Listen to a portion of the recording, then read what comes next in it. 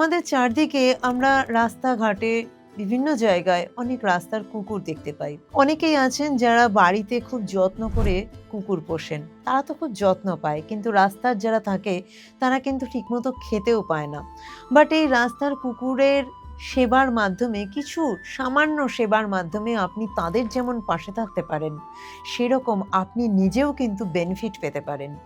প্রতি শনিবার দিন সন্ধ্যাবেলা কুকুরকে যদি দুধে ভিজিয়ে আপনি রুটি খাওয়ান, সেক্ষেত্রে আপনি কিন্তু কেতুর কুপ্রভাব থেকে মুক্ত হতে পারেন। শুধু কেতু নয়, রাহু কেতু ২ প্ল্যানেটেরই কুপ্রভাব থেকে আপনি কিন্তু মুক্ত হতে পারেন।